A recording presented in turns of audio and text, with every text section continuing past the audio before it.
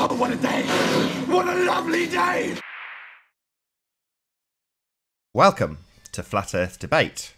I'm your host, Nathan Oakley, and if you're new to this channel, or you've not done so already, be sure to subscribe and hit the bell notification icon to keep up to date with the Flat Earth Debate. If you would like to support this channel, there is a super chat that runs alongside each of these shows while they're live, and a link in the info box below the video once it's rendered. But most importantly, if you would like to join the discussion, simply mute the page you are currently watching, then click the link in the info box below this video to join the panel and express your views on the shape of the Earth.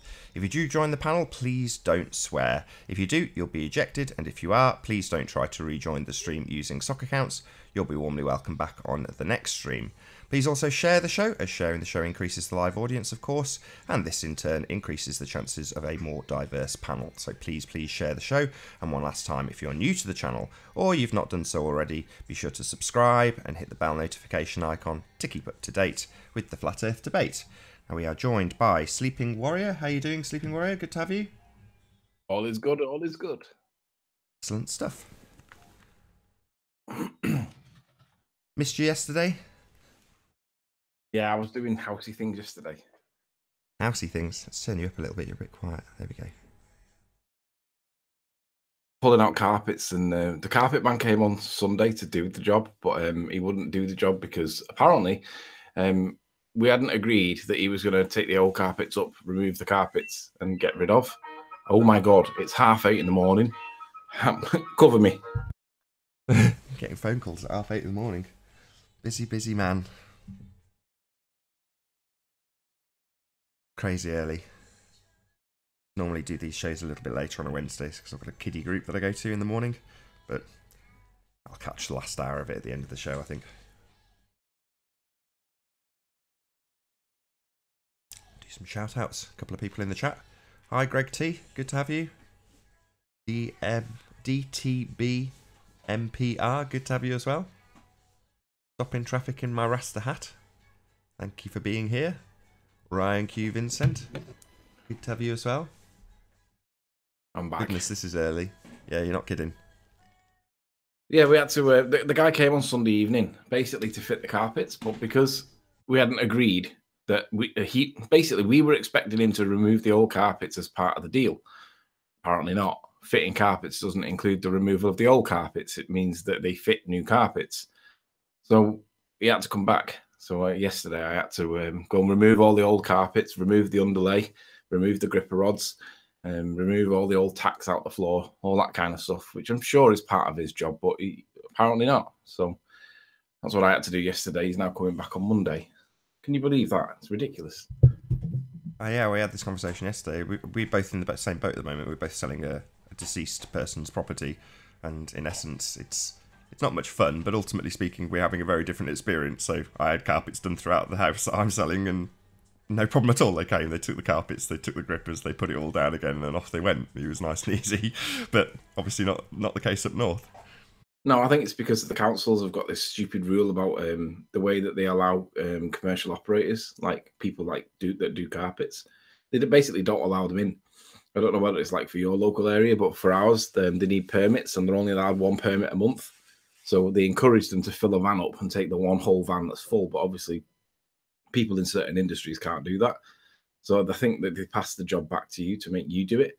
And I don't think it's any cheaper either. I think you got your carpets done cheaper than what we got our carpets done, and we've had to empty our carpets ourselves. It's ridiculous. It's disgraceful. Anyway, it's all down to global warming. Yeah. I didn't see most of the show yesterday, and I've not caught up with it because obviously there was an important football match on last night. For anybody that's interested, Liverpool beat Man City. Yippee! But anyway, Hey, No No Globe. Globe in the house. Good to have you. Good morning, No Globe. Hey, How are we? guys. We're good. Give a shout out to my father. Hey, Ruhif, He good to passed have you. away yesterday at 9:15 in the evening. Your dad died yesterday. Yeah, Oh, I'm What are you sorry to doing hear up in that. heaven? yeah. The Lord took him. He was 85. He lived a longer life. No way. I'm so sorry to hear that. Thank you for your condolences. Rufus, what are you doing here? It's not even dark yet. It's like, what, 20 to 6? I've been asleep all afternoon. I had a great sleep. Really? You're becoming nocturnal because of Oakley. Exactly. I got to stop that.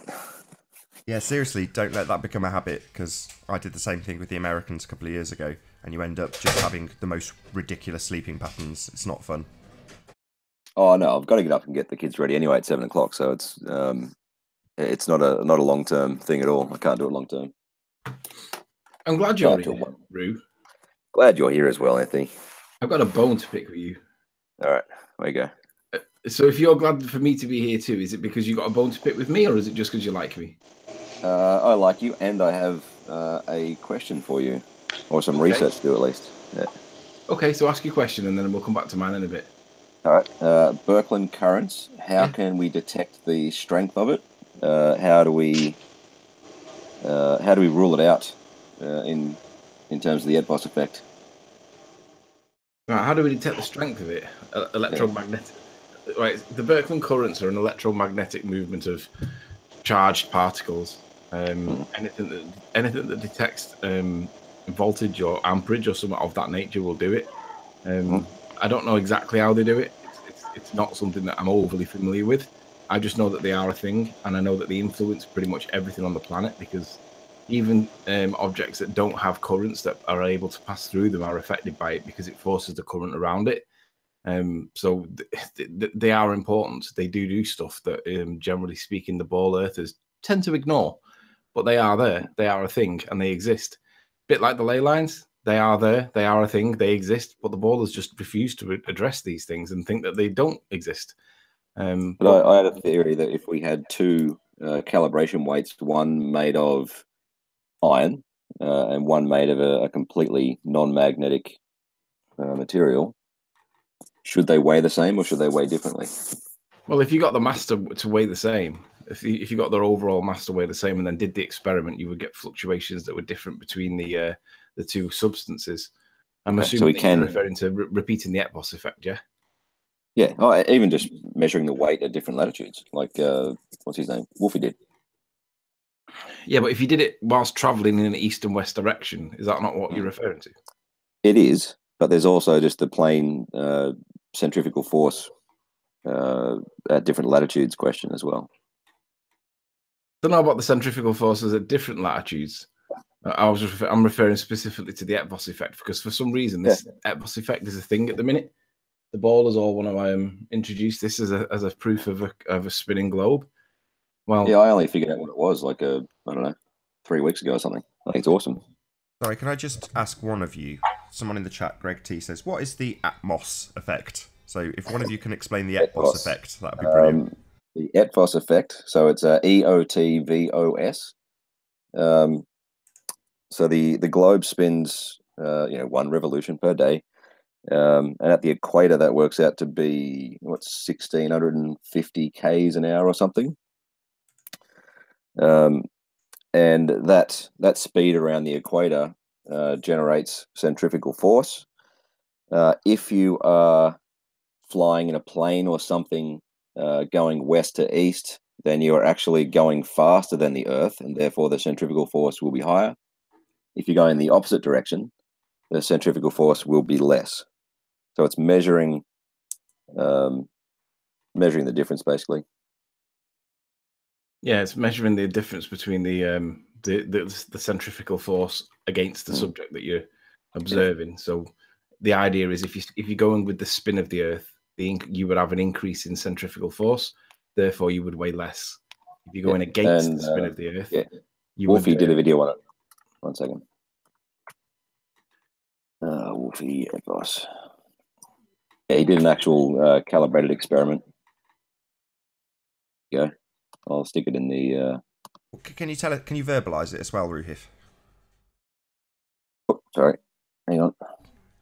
If you can just tell the audience, thank you. I'll post it in the chat as well. But if you can just verbalize it, just so it's on. Yeah, it's nice and. So consistent. he got some calibration weights and calibrated his scales against a 500-gram calibration weight at his latitude, with I think it was Perth, 31 degrees or something.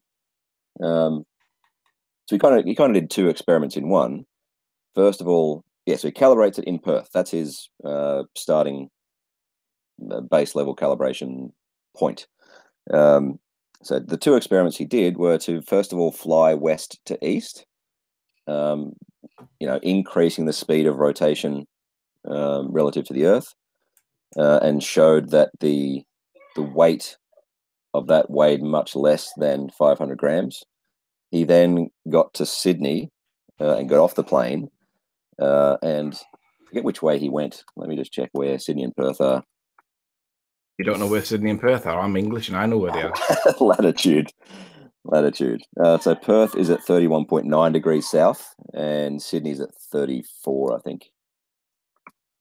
Latitude 34. Yeah. So he went from close to the equator to further away from the equator,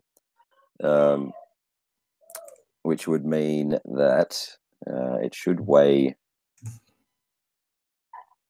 more when he got to Sydney, I think. On the ground at Sydney. And that's his experiment. So he did two experiments in one, showing that calibration weight weighs differently depending on your latitude, and two, showed that the Eotvos effect, at least one way he showed it, from Perth to Sydney, decreases the weight.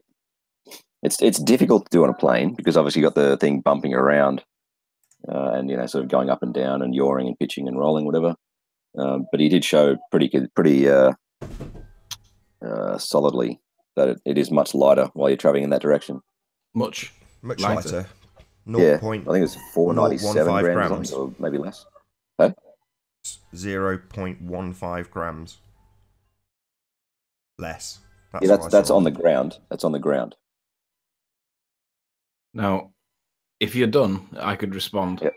Yes, with Birkeland currents. No, my first issue with that particular thing that Wolfie did was that nobody else seems to have done it. So it would need validating and verifying as true. You'd need to give me a really good reason to go to Perth because it's a shithole. Okay, well, I'm not done yet. Is Perth not nice?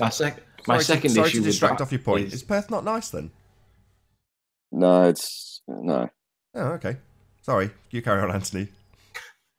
Isn't Perth where all the expats go? Mind you, that's a different conversation. But anyway, so my first point is that he seems to be the only one that's ever done this in the whole entire history of manhood in the world. That seems to be the only evidence. So it would need more work. That's the minimum point that anybody really should acknowledge and accept, because it needs to be validated that this thing that he did wasn't a fluke, weirdness, or an anomaly based on his geographic environment that could be caused by other things, which leads me on to my second point, causation. How do we know that what he is demonstrating is caused by the spin of the Earth? He needs to do more work. But I do have evidence that directly conflicts with what Wolfie shows. Nathan, if you wouldn't mind presenting my screen. Yeah, done. Now, this for me is... Let me know when we're done. Yeah, I see it. Nath? Yeah, Europe. Okay. This is a centrifuge. And if you think about this in the context of the Earth, what this guy's doing is pouring muddy water into the test tubes. He's then going to present the test tubes into the centrifuge, and then he's going to use them to basically displace the dirt, in other words, the mud, from the water, which is lighter. And then he's doing it with some compound solution or whatever this is. I can't remember what he said this was, but the point is, a centrifuge will displace the heavier items, the heavier particles, the objects with more mass, and they will displace them outwards because of centrifuge. So I've got a centrifuge, by the way, if you want to do some experiments. Say again? I actually have one. I have a centrifuge machine. So great. So if you let me finish, then you can respond with why I died. Because of centrifuge, it's displacement. It's the heavier items are pushed to the outside, and the lighter items are presented on the inside. Now, if you think about this in the context of the Earth, the centrifuge would push all of the denser air particles away from the surface, and we would end up with the lightest layer of air, the least dense or the buoyant layer of air on the surface. And of course, we don't get that in real world. So you can see that if, I just missed it there, I need to pause it there. So these will be the dense layer of air that we look through in our environment, but it's been centrifuged away from the surface of our Earth. So you're saying the density of the atmosphere should be higher as you gain in elevation If the Earth was spinning, at the equator. Yeah. if the Earth was spinning, the densest layer of our atmosphere, our air, would not be on the surface. It would be centrifuged away from the surface, and we would have less dense air at the surface because of displacement. This is absolute proof that the Earth is not spinning. Oh, absolute proof. Yeah, the Earth is not spinning because we do not see this in the real world. We see what's the opposing layer of force? air is on the atmosphere, and that means we cannot be spinning because there is no centrifuge. What's the opposing force? The displacement. No. What's keeping the atmosphere close to the Earth?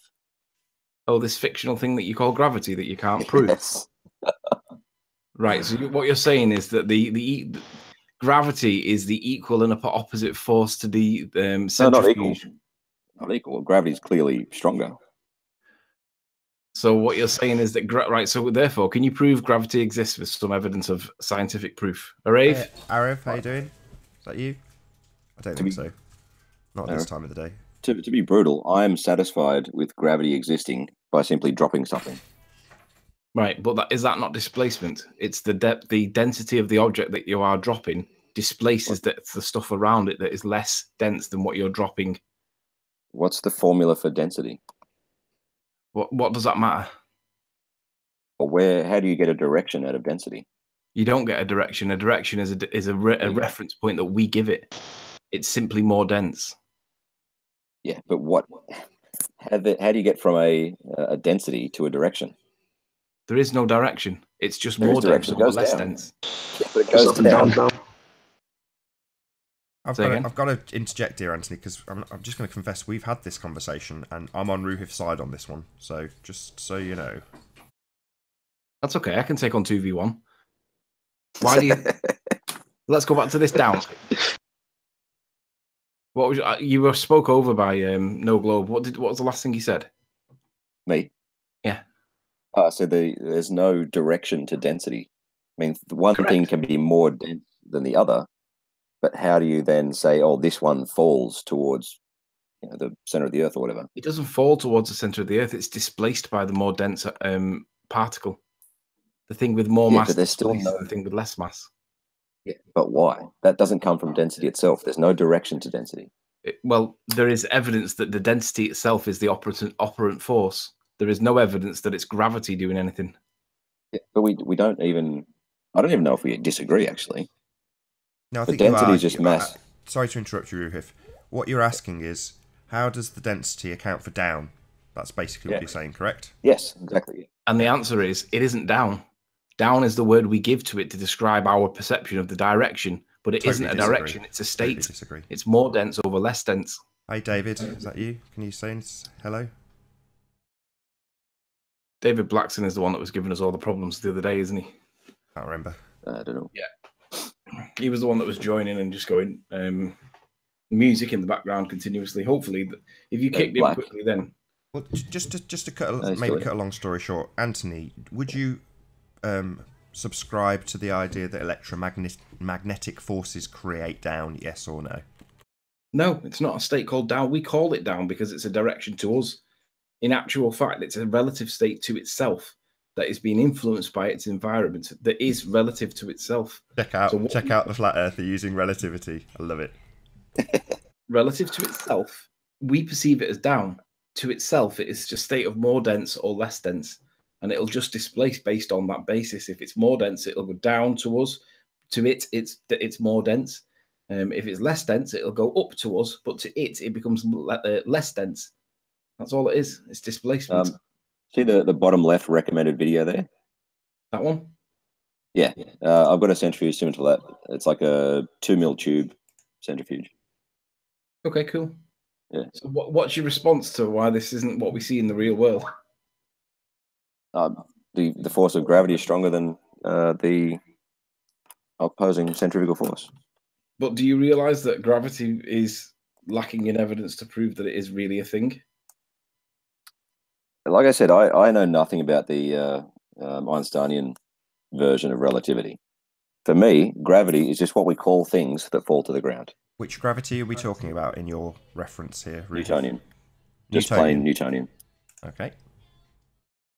So basically, there's no comeback to this. There's not a response to this at this point. The Eotvos effect is claimed to be the centrifuge forcing the Earth to spin, or the Earth is spinning as a result of centrifuge. However, when we create a centrifuge, we see separation that puts the denser objects away from the surface because of centrifuge. But in the real world, the denser objects clearly sit on the horizon, on the dense layer that we can't see through because for whatever reason it messes with our horizon. So there is no comeback at this point, Ruhif. Gravity is stronger than the centrifugal force. But you have no proof that gravity is a thing. We can measure its acceleration. We can measure the speed at which something can fall. We can calculate it. No, we can measure its acceleration. Can't prove it exists. You can do some maths and claim that it's there. No, we can observe how fast things fall and how much they increase their speed. Oh, yeah, yes, and then you can theorise that that's gravity. I don't want this to go around in circles for 20 minutes. Yeah, no, it's an unproven theory. Gravity's not my knows thing. it. Like, You can't account for down. You've got an unproven theory. That's where we're at. Yeah, we're at. What evidence is there that you can contrast gravity over density? I don't know. And to be honest, I don't really care. Like, as long as things fall to the ground, I'm going to call that gravity. But I can prove that with a centrifuge, the denser objects go away from the surface of the Earth in this case. Yeah. This would push because of centrifuge, the densest layer of air would not sit on the surface.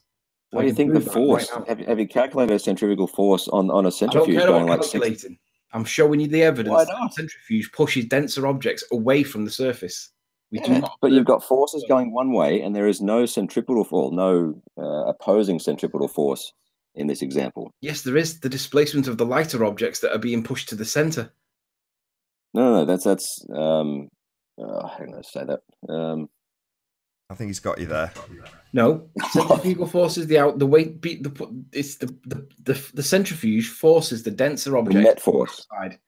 The equal and net opposite force effect applied by the centrifuge. The equal and opposite effect is that the lighter objects go to the inside. So at the top of this test tube, there will be the lightest layer, the least dense layer. That's the equal and opposite reaction. Yeah, but there's no gravity pushing it towards the center. Correct. Yeah. Where in the real world, or at least our model of it, there is no gravity pushing it towards the center. It's displaced by centrifuge, or not in the real world. There's still a force. There is still a force pushing it towards the center. But you're saying that force is almost entirely negated by gravity, right? Yeah. You're calculating the difference between a theoretical theory and this centrifugal force, correct?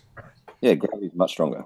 No, it's a theoretical theory that you're calculating it and saying that it's almost entirely negated. Yeah, we've done these calculations on the show, haven't we? Forget calculations. What evidence is there that proves that what you're saying is true? Well, Wolfie's measurement of the calibration weight at different latitudes. Yeah, and I said that I wasn't satisfied that he was showing causation. He wasn't showing that the cause of what he was observing was the rotation of the Earth. Because if the Earth was rotating, we can see that objects with greater mass are pushed outwards because of that force. We do not observe that in the real world. Gravity is stronger. Pardon? Gravity is stronger. But you can't prove that gravity is a thing. No, I don't really have any interest in doing that either. Well, you lose your point. There is a force. There is a force, whatever you want to call it, or whatever it's caused by. We can measure the force in meters per second per second. Yeah, well, that force that you're measuring, that you claim is gravity, is displacement. Fine, you can call it that. But if whatever it is, it's an opposing force. Thing. If you can't prove, if you need to distinguish and contrast gravity over density. If you can do that, and we can't do that unless we're in space, but if you can do that, then you win your point. If you can't do that, then you have to concede your point because you have no evidence to prove your assertion to be true. No, I think you missed what I'm saying. I don't care what we call it. There is a force at 9.8 meters per second squared. Things fall down. Yeah. I don't care whether that's density or buoyancy, whatever it is. The test tube, and the lighter stuff goes to the top because of centrifuge. There is in this centrifuge example, there is a much higher force pushing the particles to the outside, and there's basically zero force towards the inside. I agree. It is a higher force, but the purpose of it being a higher force is to make the point that centrifuge pushes objects of mass away, not towards the surface. In the Earth's case, it would be away. Yes. So I agree it's a higher force, but it's for illustration purposes only. If the Earth was spinning and the atmosphere was spinning with the Earth, centrifuge would push the objects that had the greatest mass away from the surface. We do not see that in real world. Therefore, we cannot be seeing a spinning Earth. Where in there did you somehow demonstrate that the centrifugal force is greater than the force of gravity, with air quotes, which you can't see? By virtue of the fact that the objects with the greater mass appear on the bottom of the thing now, when the object is spinning, that's the answer to your question. When the object is spinning, the weight of these gets pushed to the outside.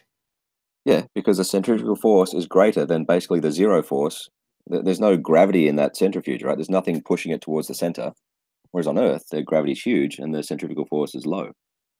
No, the gravity point you have to prove. So your presupposition that gravity is is a thing you have to prove in any event. However, I've lost what you said then that I was responding to. Sorry. Gravity, for the purpose of this conversation, gravity is the accelerated force things fall down due to. No, we can see that the density of the object in the bottom of the test tube is the operant cause. Sorry, the density of it. We can see that the density of the white stuff in the tube at the bottom is the operant cause. That's why the bottom's there, because you can see it. The force of centrifuge is applied, and then you see the results of it directly. What happens if you drop two objects in a vacuum chamber with different densities? Right, this is deflection and obfuscation. This is... What got to do with it? But there's zero resistance in a vacuum chamber, Ruhif. So if you're saying that... Exactly. Say again? Exactly. This is exactly the point I'm trying to say. Right. The reason why... So I don't get how the vacuum would affect this, given that we don't live in a vacuum. With different densities, do they fall at the same rate, or does the more dense one fall faster? Right. It's not about the rate of speed. It's about the displacement. Correct. So if there's nothing at all to displace, yes, they'll both fall at the same time. Yeah. But they're different densities. Right, but there's nothing to displace. So when you've got a layer, if you've got water between a brick and a feather, and then you drop the feather and the brick on the water, then obviously the brick will sink quicker than the feather. If you remove all the water from the pool, suddenly they both fall at the same rate. Well, so what? Yeah, why? Why do they fall at all? Because there's no water there. Yeah, why don't they go up? Up is a direction that we give it. Sure. Why don't... Still the question. Why don't they go up? Good question. Why don't what go up? So in my pool example, Anthony, you've got a feather and a brick, and then you remove the water, and I say, well, you've removed the water, therefore they go at the same rate. So just taking it one step away from the vacuum chamber because it's more natural. But his question is, why don't they just go up? And that's a good question. If the test tube was filled with a solution of some kind, and the solution was put in a vacuum, but there was displacement that was capable of happening by virtue of the ability to freely move, then it would go up and down. Like we call it up and down, but it would displace each other. The more dense object would appear towards the bottom, unless you did it in space and it didn't do that, and then gravity would be proven. But so far, we haven't seen any evidence to show that a centrifuge in space works. Centrifuge in space will work. I can tell you that. Well, we have to prove that they're in space for it to see that it's working, right? I know. Do you want to talk about the ISS? I'm talking about anything that goes into space to try and prove the point that gravity is there, because as far as we're concerned, space is a fiction. Space might be the final frontier, but it's built in a Hollywood basement. What was that again? That was Chili Peppers. We got Chili Peppers. That's it. Yeah. Yeah. You're ringing a bell. So on the idea that space is this thing, I mean, if you can prove that space exists, I mean, that's a different topic, but I don't think that space exists the way we're told. If anything, it's a liquid by virtue of density and buoyancy. Gases are only... Sorry, Anthony. So if we're using the vacuum chamber as an analogy for space, are we still using the same gravity? It will be weaker out in space, but I mean, there's still... Are we still using the same gravity? Because there's two different types, right? Big G and little g. Well, you tell me, which one are we using? On the ground, we used 1. Are we still using the same gravity? Are we still using Newtonian gravity, or what are we using? The little g of 9.8 is worked out from the big G gravitational constant, so there'll still be gravity. I don't know what you'd calculate it to be. So why have 2 then? If they're basically the same thing, why have 2? One defines the actual interaction between 2 masses. When you apply it to the Earth's mass, it becomes little g, 9.8. So on screen right now, I'm still a bit confused. So why have 2? They're not really 2. It's not really 2 different things. There's big G, which is like the universal gravitational constant, nothing to do with Earth at all. But if you're on Earth, then you can work out, well, given the mass of the Earth, what your acceleration should be, or vice versa. So big G doesn't apply to Earth? Yeah, it does. Sorry, you just said it absolutely. Sorry, just to repeat your words back to you. You said there's big G and it has absolutely nothing to do with Earth at all. And I've said, I've repeated back to you that statement. So big G has nothing to do with Earth at all. And you've said, oh yeah. So why the contradiction? I'm a bit confused. Why the contradiction? No. Big G just relates one mass to another mass. Is Earth a mass? Is Earth a mass? Earth is a mass, yes. So it applies to Earth then. Good. With you so far? Yeah. Yep. And if we use Earth's mass, we work out the little g, which is 9.8 meters per second squared. You're sharing, Anthony. Here we go. All right. So a citation from Quora. I think you guys tend to like Quora and Forbes. I actually hate Quora because I can't do any more than 5 articles or something. Is gravity a fictitious Hold on, I want to get that in. Say that again, Ruhif. I think they limit their articles to like 5 before you got to sign up or something. Fair enough.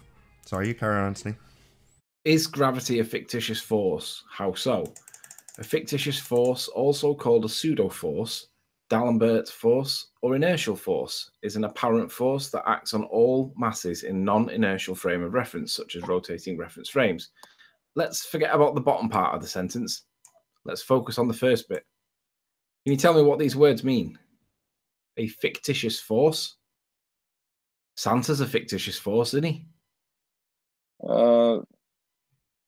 Centrifugal force is a gravity force. We're talking about gravity. Yeah, but you're asking what is a fictitious force? No, I'm asking about what does fictitious force mean in the context of gravity?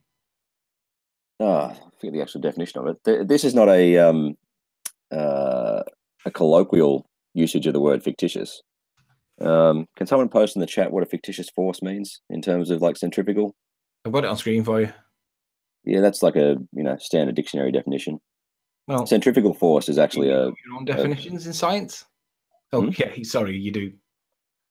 Well, there are definitions, like the word theory means something different in science, and so does fictitious force. And all that nonsense to do with who cares what science says?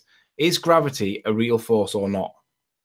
It appears, according to Newtonian, I'd say absolutely yes.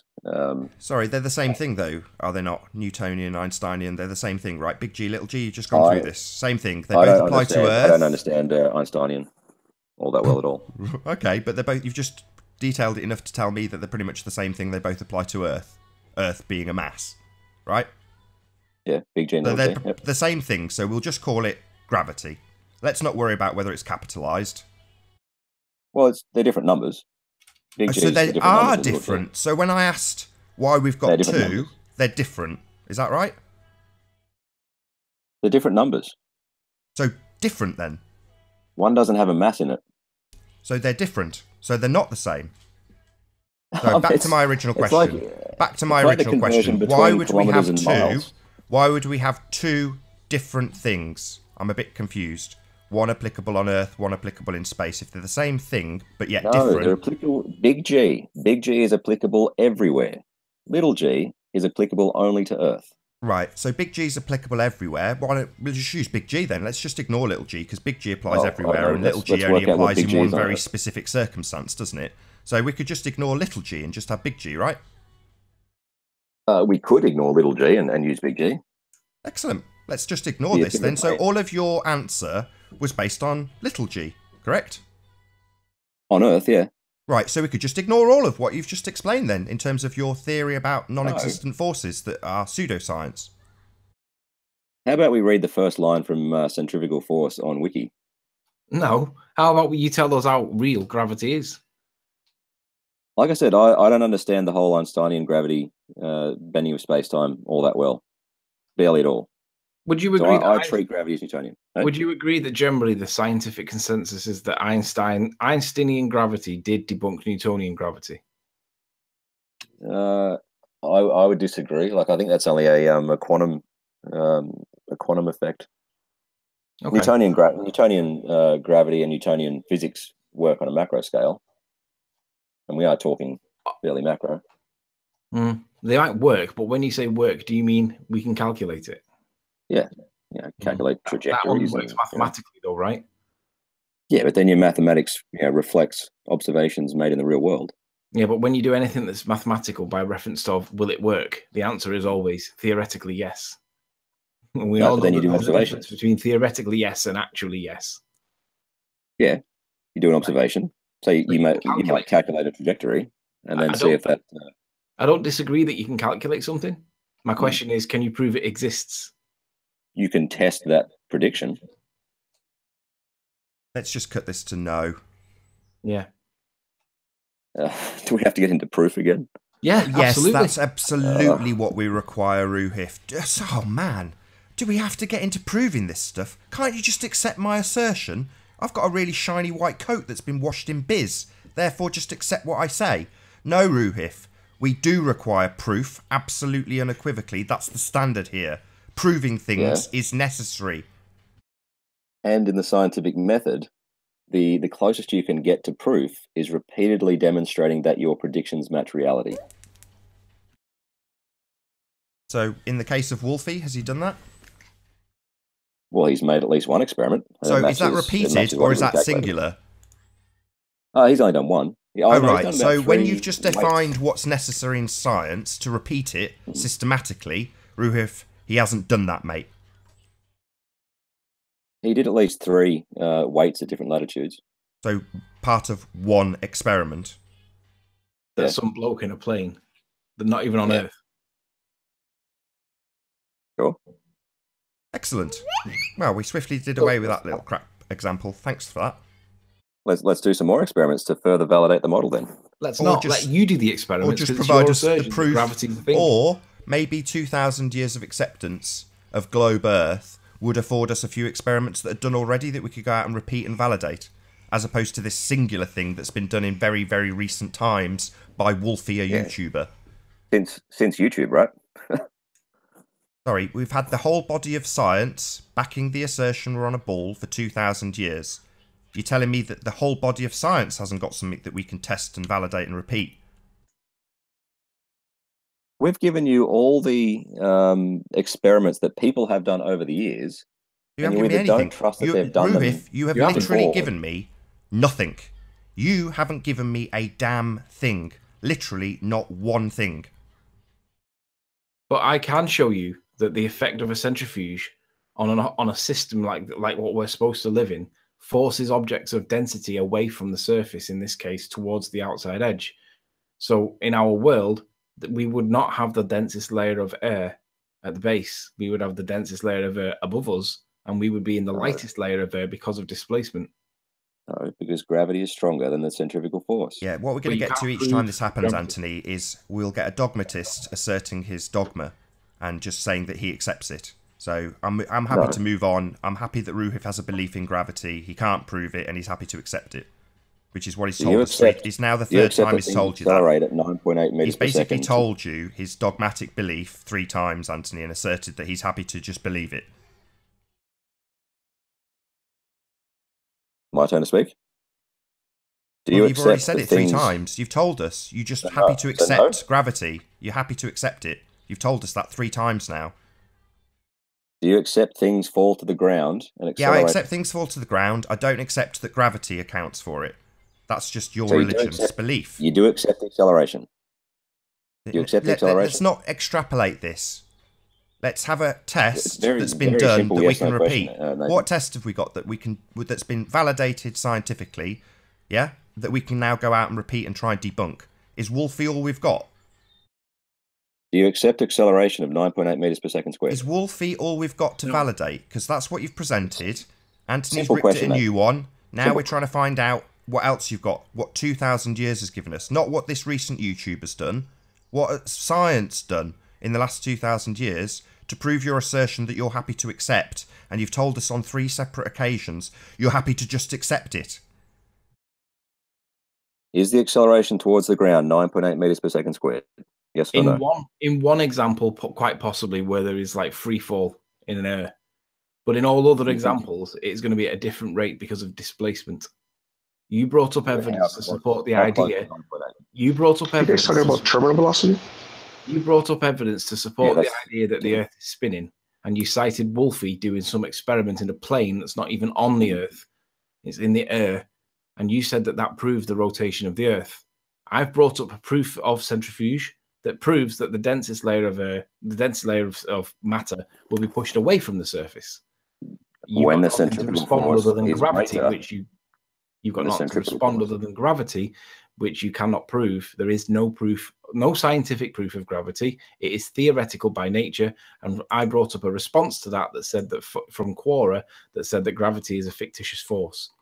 Yeah, so let's read the first line of Wikipedia. In Newtonian mechanics, the centrifugal force is an inertial force, also called a fictitious or pseudo force, directed away from the axis of rotation. Yeah, and let's read the bottom line where it says last updated by Joe Blogs on whatever date at whatever time. Sure. There are moderators on Wikipedia, by the way. Who cares? It's not exactly scientific, is it? we seem to have a disagreement over what is and what isn't science, by the way. Well, anybody can look at the bottom of this. Consensus. Anybody can alter. Where is it? Actually, no it one could be tells locked. right at the bottom. Is this page locked? Hang on. Page locked. Anyway, the point with Wikipedia is that it can be altered by anybody, correct? Yeah, but it's also moderated. So who cares? It can be altered by anybody. Yeah, we've got peer review in science. So Wikipedia is like a layman's. So essentially, you brought up Wolfie. I countered. You countered with gravity. I countered with Quora. We seem to be at a point where you have nothing, and I've got the responses. We can accept, surely, for the purposes of this conversation, we can just say gravity is acceleration of 9.8 meters per second squared. That's the 4th time you've said it. We can, we could, but we won't, Ruhif. Doesn't matter if you say it 7 times, 12 times.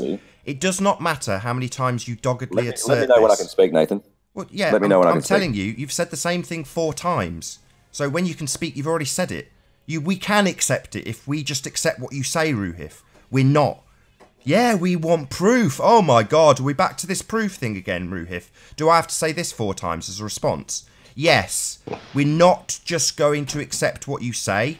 We could, as you assert, just accept what you say about gravity. We won't. We want you to prove it. My turn?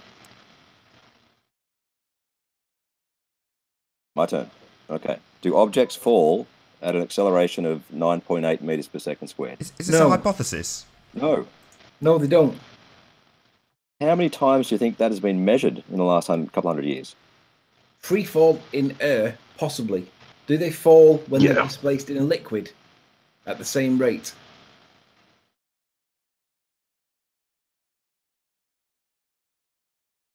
Oh, dear. No, Sorry, they I don't. missed your answer then. No. No, he didn't answer. Do they fall at that rate when they're in a liquid, Roo? No, and why is that, Anthony? Right, you tell me. Why is the gravitational constant not constant in that example? The gravitational constant is, but you're getting resistance from the water. Right, and you get resistance from the air, but it's at a different rate. A vacuum chamber proves that. Correct, it's less. Right, so it's not gravity. A really good experiment. The resistance. A really good experiment then is to do it in a vacuum chamber, right? Sorry, we're back to this. So, where's a vacuum chamber applicable to? Do we have vacuums on Earth, Ruhif? We can create one. Sorry, to measure do we have naturally occurring vacuums? Yeah, naturally occurring. Why naturally occurring? Because that's what you're trying to replicate. We're trying to replicate things that happen in the natural world. So, if you're saying that we've got a natural vacuum... We're trying to isolate gravity. Sorry, if you're saying we have a natural vacuum on Earth, then it would be applicable. And we can use your little g, right? Because we're on Earth. However, if, on the other hand, we don't have naturally occurring vacuums, and that's something applicable to space, wouldn't we move over to Einsteinian gravity? My turn to speak? Yeah? Generally, when he asks you a question, yes. Okay, well, we're going back to vacuum chambers. Is that a good way to isolate the acceleration with no resistance? No. No? Really? Well, I mean, you have to artificially create a vacuum. Listen, all you're doing by having... Your background's pretty bad, no globe. Rue, listen, by changing a liquid to an air to a vacuum, all you're doing is altering the resistance against it. Yeah. That's not playing around with gravity. No, we can better measure acceleration because we're isolating air resistance. We're negating air resistance. But measuring the air resistance isn't going to allow you the when you said that the matter will fall at a 9.8 meters per second, like for the gravitation force. Well, if it's in water, it doesn't. If it's in a vacuum, it doesn't. If it's in air, there's resistance. But it doesn't know. So what you're citing by putting in a vacuum chamber is altering the air resistance. It's not altering the rate of descent. Yeah, we're negating that as a factor, as a variable. It's not relevant to the point. How is it not? Because it doesn't give. It doesn't prove gravity. It proves the rate of descent can be manipulated by the amount of resistance against it. All we need to accept for the purpose of this conversation is that things fall to the ground at 9.8 meters per second squared. Yeah, but what happens that's only to a... Sorry, Anthony, I just want to ask a question. I don't know if I've seen this or not. What happens to a helium balloon in a vacuum chamber? In a vacuum chamber? Should go up still, shouldn't it? Well, will it go up or down? Oh, hang on, no, maybe go down. Hold on. It has to go down. Yeah, I think it goes down. I'd be interested Someone else to can see answer that in the chat. Yeah, I don't know. I don't know. I'll have to Google search that. Yeah. Maybe someone in the chat can tell us. Anyway, can we not take half an hour to get to this point? The helium balloon will expand. It won't go up or down. It'll expand and fill I'm assuming that we have a balloon with a structure strong enough to not just immediately explode. That's what I'm assuming. Yeah, it won't immediately explode if it's not overfilled, but what it will do is fill the inside of the vacuum chamber. And burst or no? That's burst. Yeah, I'm not giving my example very concisely. Anyway, it's off topic, so I'll just save it. Yeah. Anyway, so the acceleration is 9.8 meters per second squared down, and the centrifugal force is 0.03 meters per second squared at the equator. One is very much bigger than the other. Do we agree? You can't prove that it's there, mate. No, this is our hypothesis, and we're testing it with experiments of weighing things at different latitudes. Yeah, but do you understand what causation is, though? To prove gravity, you have to be literally in space. To prove gravity, you have to be in space. Because you have to be able to distinguish and contrast the effects of density over gravity, and the only way you can do that is being outside of the frame of reference in our case. So unless you can get into space, and generally speaking, we don't trust the people that are in space to tell us the truth, because we don't even think they're in space. We think they're in a water tank somewhere doing bloody Bubbles in Space episodes that they pass off to be International Space Station moonwalk things.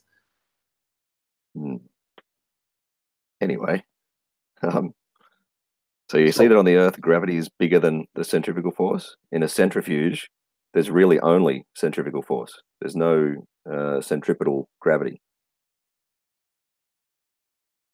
You were given evidence against the Eotvos effect. You countered gravity. I countered gravity with the Quora reference, and so far you want us to accept gravitational constant. The rate of acceleration is 9.8 meters squared. Yeah. We've said no because you haven't got any evidence to prove that is really the case. Really? And we've demonstrated that you can manipulate the rate of acceleration by changing the medium. I'm sure if I go to YouTube and type gravity in vacuum tube, there'll be something comes up. Go on, man. Show your screen when you do it. 1 sec. Oh, in a vacuum. Where's the actual vacuum tube? Just give me a minute. I'll watch it. It's only like 2 minutes. No problem. No globe. How are you this evening?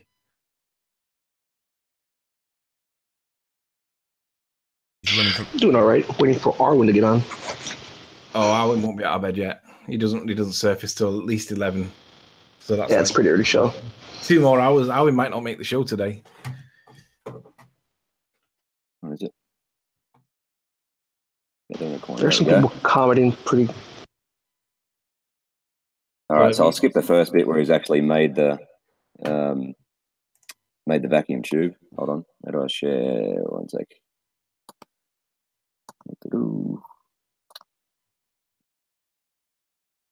Why can't I share it?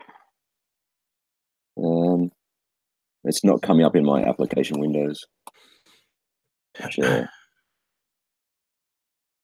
If you want to share your screen and then get it ready so that you're happy with it, and then, or if Anthony can do it. Say again.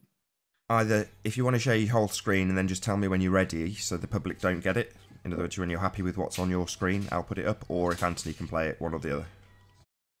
Yeah, Anthony played. I just posted it in the chat and started about 1:30, I think. Oh.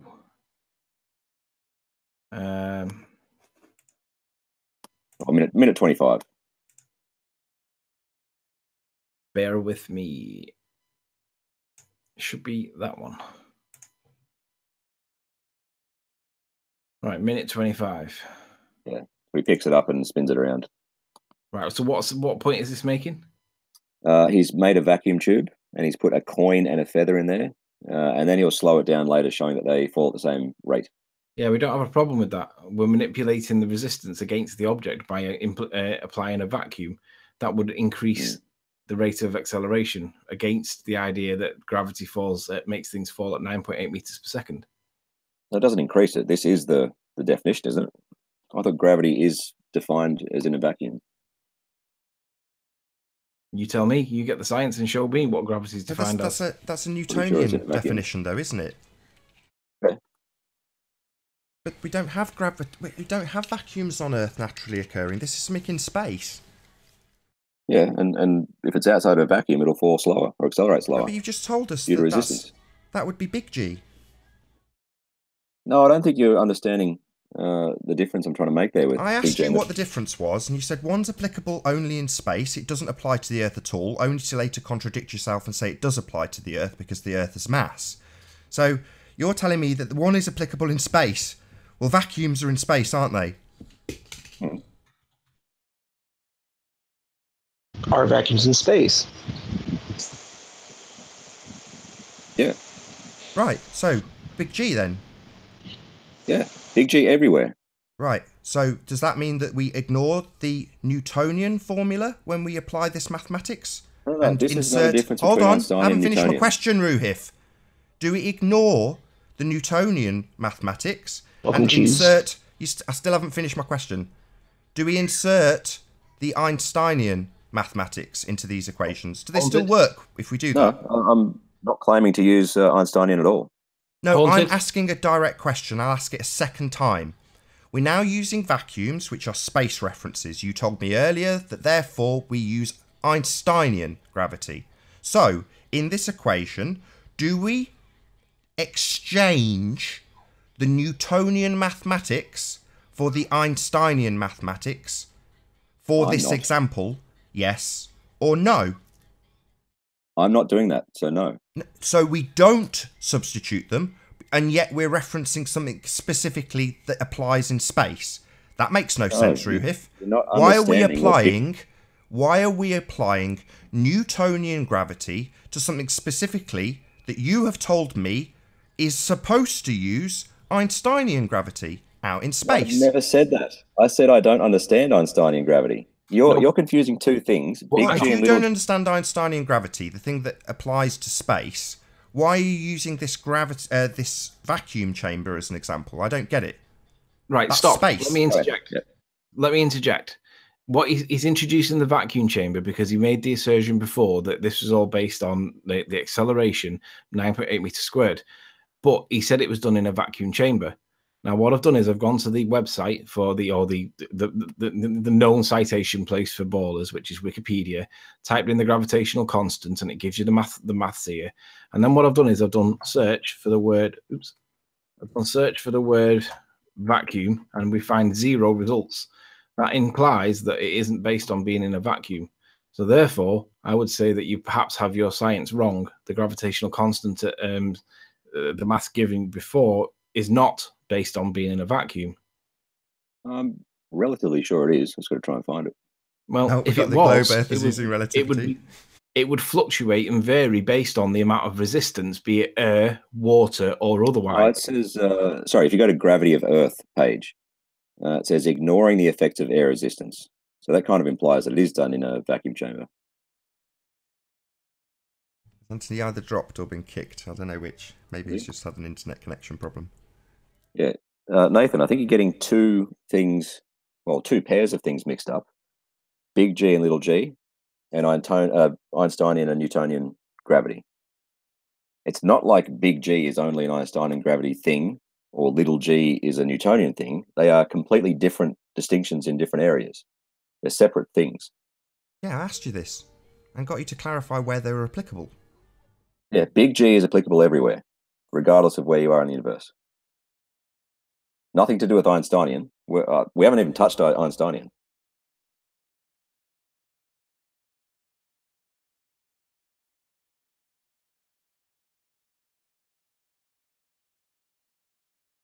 Am I still here?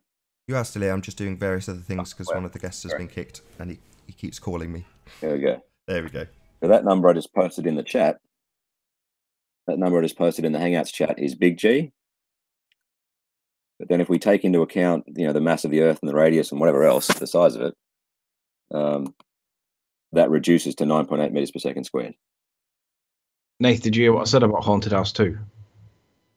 Did you want to add him? No, he needs to be removed. He's the one that sniped me. I didn't even see him join. Moved. Yeah. Literally, I didn't see a Haunted House 2 join. I didn't see anyone remove anyone. I didn't see anybody remove anybody. Yeah, he did. Yeah. Really? Yeah. I don't know what to say. I literally didn't see anybody even join. It's okay. Like the whole time looking directly. Just be aware that someone's in the back chat right now, and I can't get back in. Well, I can get back in. I just can't be bothered trying. No worries. All right. I'm going to order some dinner, by the way, which will be limit my time to another 20 minutes or so. That's probably my opportunity to do a quick link, actually, Ruhif, so I might do exactly that right now. So, hope you're all enjoying the debate thus far. If you're new to the channel, be sure to subscribe and hit the bell notification icon to keep up to date with the Flat Earth debate. If you would like to support this channel, there is a super chat that runs alongside each of these shows while they are live, and a link in the info box below the video once it is rendered. Most importantly, however, if you'd like to join the discussion, simply mute the page you are currently watching, then click the link in the info box below this video to join the panel and express your views on the shape of the Earth. If you do join, please don't swear. If you do, you'll be ejected, and if you are, please don't try to rejoin the stream using sock accounts. You'll be warmly welcome back on the next stream. Please also share the show, as sharing the show increases the live audience, of course, and this in turn increases the chances of a more diverse panel. So please share the show. And one last time, if you are new to the channel or you have not done so already, be sure to subscribe and hit the bell notification icon to keep up to date with the Flat Earth debate. There is, as I say, about 1 hour left on this live stream. Give me. Oh, I need that. You okay, Ruhif? This is Daisy. They're a pug. Are we good? No, she's a Brussels Griffin. Oh. Beautiful. Brussels Griffin midday. Adorable. Miles the Liar Davis. That's got to be a sock, right? No, Miles is a liar. Sure. Anyway, so you brought up evidence. Let's go recite. Quick recite. You brought up evidence to support the idea that the Earth spins by Wolfie Eotvos effect. I brought up a counter to it, which was based on real evidence that you could see that a centrifuge displaces the objects with a greater mass away from the surface because of centrifuge, and we do not see that in real world. So far, you've come back with a gravitational constant or a gravity explanation, of which you produced a Wikipedia page, which has got no evidence in it whatsoever other than rhetoric. and you haven't yet to produce any evidence to support the idea that the Earth, that gravity is a thing. And basically, Forbes says it's a fictional force. So, not Forbes, Quora. Yeah, which has a specific meaning. Yeah, but the point is, you haven't brought any evidence to support anything at the minute. You're just bringing rhetoric and vacuum chambers. I thought we agreed that there is a 9.8 meters per second squared force. No, we didn't agree that. Why do you think that? I was really clear. We could, you said. Why can't we? You said you accept it. We went through it about 4 or 5 times where you basically rephrased and paraphrased you saying that we should just accept this. It's been measured a million times. This is like a year 7 science experiment. Who cares? All you're measuring is the basic. As far as I can see, the 9.8 meters per second squared is based on free fall. It doesn't appear to be based on a vacuum. Might be wrong. Who cares? Bring evidence to show it. I think the Wikipedia page definitely implies it's in a vacuum. It says negating air resistance. Doesn't say the word vacuum in the document once. No, but I mean, how do you negate air resistance? Got space. Where does it say that? According to the space that you guys tell us exists. In the gravity of Earth page. Where is it? I'm still totally confused why, when we're using space things that are out in space, like a lack of air, then why are we using this Newtonian gravity that only applies on Earth? It doesn't really make any sense to me. No. You're getting those two things conflated, or those two pairs of things conflated. Even if he is, you still haven't brought any evidence whatsoever. You didn't even bring the Eotvos effect from Wolfie. You described it. I just happen to know what you were referring to. I think you asked me to describe it, didn't you? I asked you to. Sure. Yeah. But my point was, I'm asking you for evidence to support the assertion that the Earth rotates, and you haven't got anything for the gravity, and you haven't even produced the Wolfie one. You've just described it. I just happen to know what it was. For those in chat that didn't know what it was, which is why they're all asking, they've got no idea what you're referring to. So really, we should have made you produce the evidence to show the Wolfie thing in any event. But yeah, I'll post the link. Hold on. No, post a link in the chat for those that want to see Wolfie's nonsense. But remember that Wolfie did this in a plane. Not connected to the Earth at all. 2 experiments at the same time, yeah. Yeah, but it was done in a plane, right? It's supposed to be measuring the Earth's rotation. It's okay because the atmosphere goes with the Earth. But if it does, then I can show that the centrifuge causes objects of mass to be displaced by objects of less mass, and therefore at the surface of the Earth we should get the objects that are not the most dense, but in real world we do. No comeback, no evidence, just rhetoric. Nonsense. Bullshit. I thought I explained what Wolfie did. And, I don't care what you explained. I want to see the evidence that proves that there is a gravitational effect on Earth. You want to prove that things fall down? That's all I'm using gravity for. I want to see that gravity is the cause. I'm calling this acceleration. I don't care what you call it. Here we go. It's going to happen for a 5th or 6th time. Rufus is going to say, I'm calling it this. Why can't you just call it too? What word would you like to use to call that acceleration? Acceleration. Let's call it displacement. Okay. Acceleration towards the Earth. I think we can use a shortcut word, but I mean, let's just call it acceleration towards. No. You said what word would you like to describe it? Nathan said acceleration, but I'm going to ask. Let's call it displacement. Sure. I don't care what word we use to describe it. Honestly. Great. I would call it gravity. You guys can call it displacement. I don't care. Okay. There is I'll a force. Call it displacement. There's an acceleration towards the Earth. Okay. No, there's a displacement towards the Earth. That was the word we're using. Sure. There's displacement towards the Earth. Balloons don't accelerate. And it's an acceleration. Helium balloons and it's 9.8. But helium balloons don't do that. Helium balloons don't do that. So we're now not in the gravity in the vacuum chamber. So helium balloons do not fall at that rate. Helium goes up. They're displaced, aren't they? Sorry, they're displaced up. Well, yeah, if the air around it is all right. Well, that more shits dense all over your theory, theory, doesn't it? No swearing, please.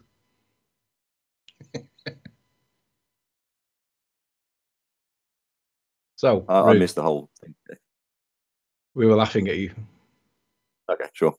Saying, do people in the chat want me to explain the Wolfie video? Is that what we're getting at? No, I'm just saying that you've been asked for evidence for gravity, right? And it was based on the claim that you made that Wolfie showed the Eotvos effect, which proves that the Earth is indeed spinning. you didn't show that, and the people in chat probably, well, they were asking what is the Eotvos effect, and they were getting it all spelt wrong and stuff. But nonetheless, they didn't know what you were referring to with the Eotvos effect, because it is the in phrase at the moment. But all seem to be citing it a lot. But the Eotvos effect is subject to the Birkeland currents in any event. That's why you couldn't prove causation with the experiment that Wolfie did, because it is subject to the Birkeland currents. Now, even if we negate the Birkeland currents for the sake of the discussion, I then showed you the effect of a centrifuge with regards to objects of mass, and it displaces them away from the object's centre of mass because of centrifuge. Now, if the Earth was spinning, there would be a centrifuge, and the objects of mass, which would be the densest layer of our Earth, the heaviest items in our Earth, they would be displaced away from the surface of the Earth. You haven't come back with anything credible as a response other than gravity. You have produced no evidence of gravity other than rhetoric based on a Wikipedia page, and I cited against the Wikipedia page the Quora entry, which said that it was a fictitional force, a pseudo force, otherwise fictitious nonsense made up. Father Christmas force is a better phrase. So we're at the point now where you're going to retell us for the 6th time. To clarify, Anthony, you're calling centrifugal force a fictional force? No. I was really clear with what I said. You brought up the gravitational page from Wikipedia, and I responded with a counter from Quora that said it was a fictitional force. There is no proof that gravity is a thing. Now, for the 6th time, you're going to tell us how we can agree that the accelerated force is 9.8 meters per second squared, or whatever it is that you're going to say. And we're going to reel you back to the point, which reminds you that there is no such thing as gravity. Can you prove that gravity is a thing? Again, I don't care. All we have to agree on is the force, or the acceleration. Of helium balloons going up. Well, obviously the gravity of the air around it displaces the helium. Oh, what about really? smoke? What about smoke? Why does smoke go up and not be affected by the massive gravitational pull of the Earth? I don't know. I can have a guess if you like. Yeah, we can all just have a guess about these things. We can just insert our theories and assert that they're true. We can do all these things, we can test them. We're actually asking again for proof of these things.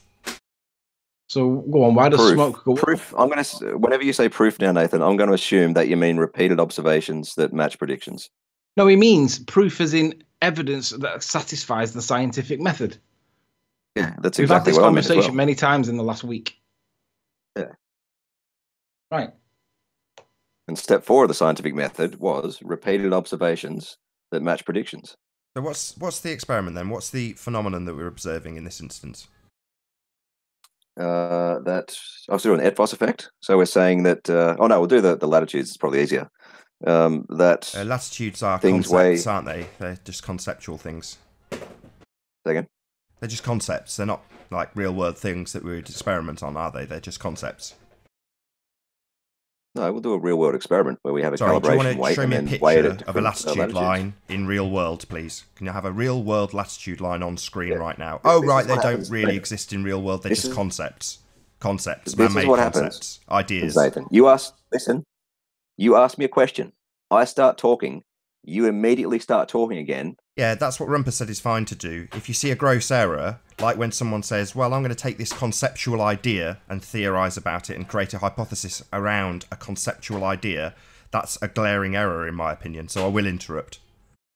Okay, so you're rejecting the scientific method then? No, you're basing it on a concept.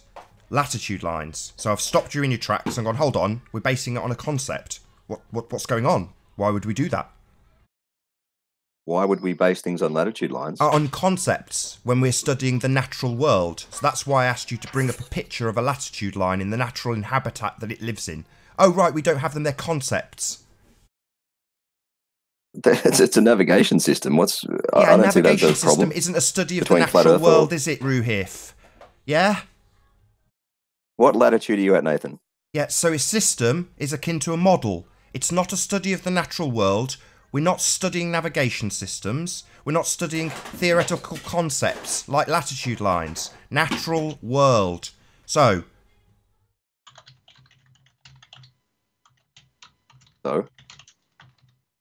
what's the observed phenomenon? What are we looking at? That things weigh differently at different locations on the Earth. And that just happens to correlate. That's not really quite a very well good with the hypothesis. latitudes. Is this your hypothesis? My hypothesis is that the Earth is a spinning globe. Yes. So what And would be from the that phenomenon model, that we you can make observe all that makes you sorts of think that? Sorry, predictions. model. One of them being the model, Eotvos effect model, and model, the different model, weights. model. Why is it that we're now talking about another concept? Pseudoscience, Ruhif. Yeah? Natural world, yeah. not what happens on the model. Nathan. Step 2, formulate a hypothesis. So what's your hypothesis? That the Earth is a globe. That's not a hypothesis. What? This is becoming a joke, Nathan, seriously.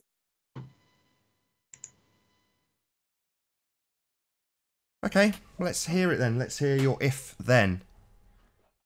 Okay, if the Earth is a globe spinning at variables, one rotation a day and the radius is 6,371 kilometers, there will be differing centrifugal forces at the equator relative to other latitudes. We can test that. If what? I didn't That's catch step that. 4. If what?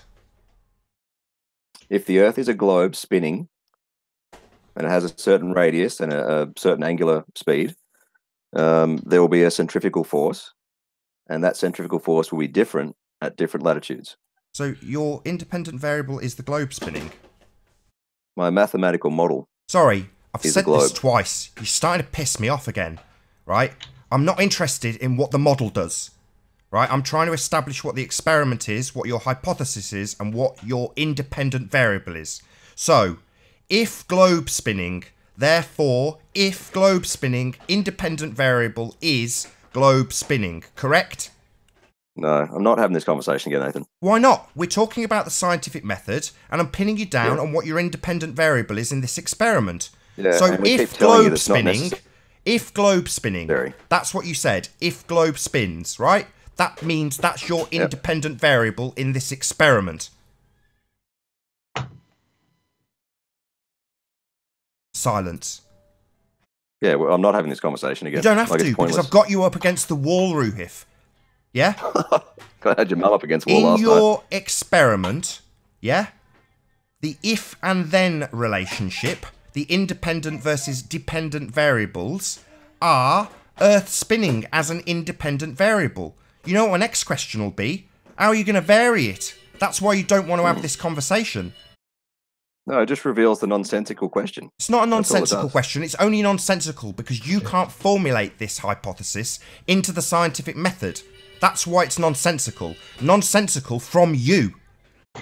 I can make a model that makes predictions. How many times have I got to say it? You are pissing me off. I'm not bloody interested in your model, Ruhif. How many times do I have to say this to you? Look up the definition of science.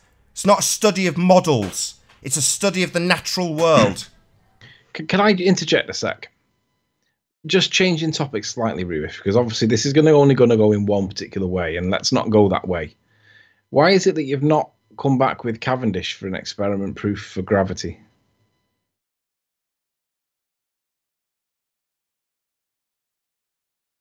It looks like I've lost my panel. Do you want to add Ruhif back in on Skype? Oh, convenient. I thought he was just sat there dumbfounded. He was. Right. He's just dropped. Okay, it's Haunted House 2 that's doing it. You may as well shut that hangout. Okay, well, if you bring him back in on Skype, I'll start a new hangout. And battle the trolls while you two chat on Skype.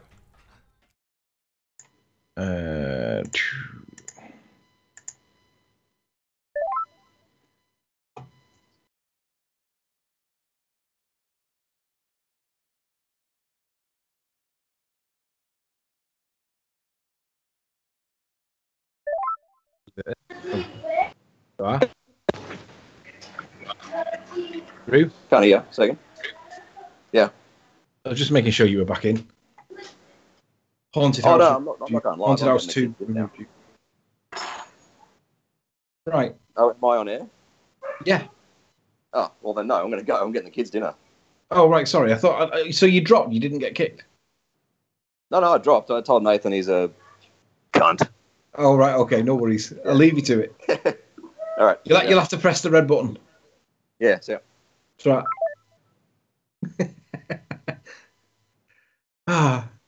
I didn't realise he'd actually left.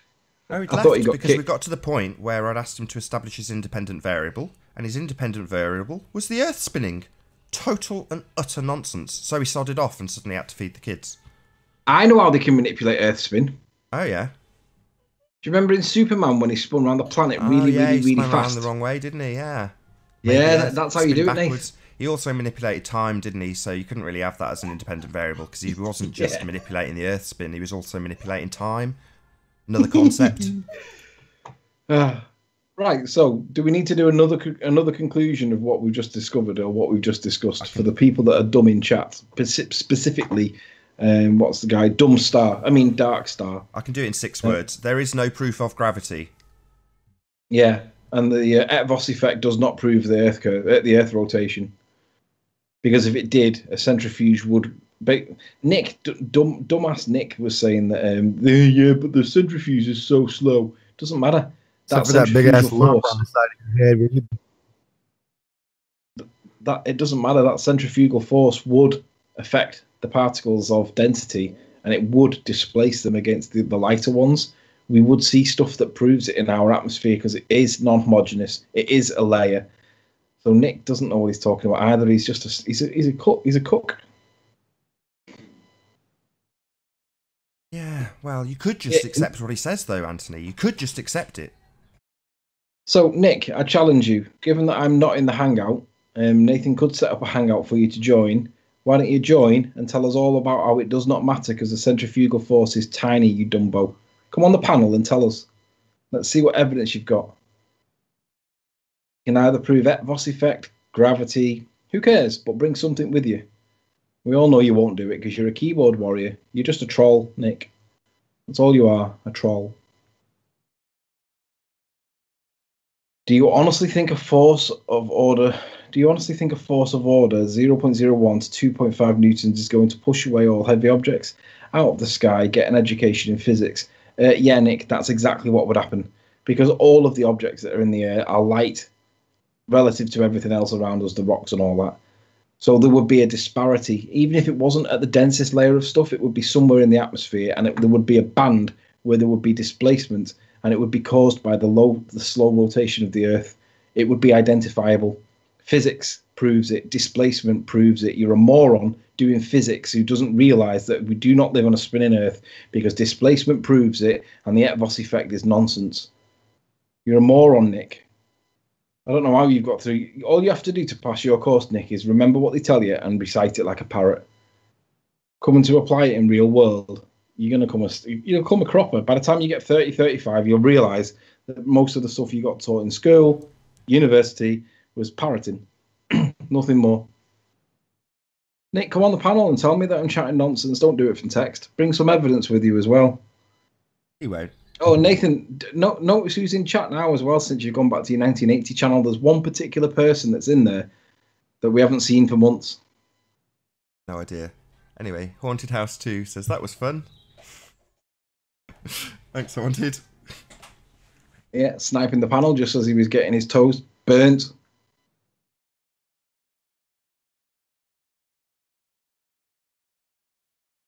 Oh, all is calm now. So we can chat about your carpets again. Yeah.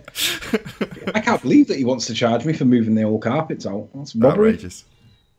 Sent him on his way. Outrageous. Said I'll do it myself. Fuck you. I said I'll do it myself. To be honest though, it's proper dusty. Pulling up the old carpets and all the dust underneath from the rubber that's perished and just become dust. Yeah. Ugh. Inhale that 1960s asbestos Hessian back dust stuff as well. Nice. All the Hessian off the back of the carpets become like dust as well, and that flares up into the atmosphere. Oh, it's horrible. Yeah, rubberized particles from the... Oh, hello, Haunted House 2. Did you want to actually say hello to us? Might actually find if you have a conversation, you enjoy yourself. No, he's the one that's sniping everyone, but there's nobody in there to snipe. I know. That's why I said, do you want to have a chat with me? No, kick him out. And gone again, so I didn't even bother kicking him. You may as well shut that hangout because there's nobody in there and he'll sit in the back chat just waiting. Oh, okay. Yeah, I will do then. I was going to leave this one up. Okay. Yeah, shut that one down, but if Haunted House 2 rejoins, just kick. Nummy Num, are you going to join? Yeah, Tell us all about the curve that we haven't found yet.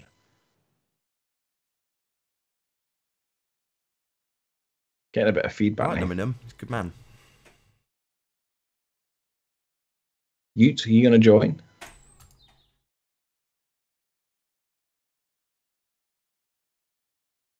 I tell you what, we could do. We can have an interlude for 3 minutes while I go and get a brew.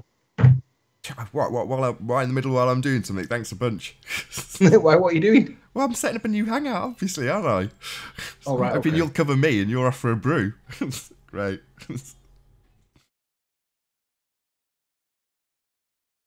Shout out to the porn bomber, Mr. Grim V. Not seen you for 3 months. Coincidentally, back on the scene when Nathan goes back on his 1980 channel. Shout out to Mr. Grim V.